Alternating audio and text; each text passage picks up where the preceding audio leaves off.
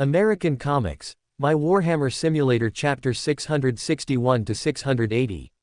In the following period, the silence on the Flesh-Tearer's flagship was broken, a rare occurrence. Inside the ship's corridors, Mechanicus Magi clad in red robes and commanders from the Titan legions were being diligently guided by Reditus, who was vigorously driving a miniature Knight Titan and even deliberately draped a large Magus red robe over its heavy shell. All of them were visiting Primarch Rorschach like the most devout pilgrims. Because of the honor guaranteed by the Flesh-Tearers, Lamenters, Raven Guard, and Black Templars Space Marine chapters, and the powerful abilities that Rorschach had previously displayed, which were almost like a miracle of the Emperor.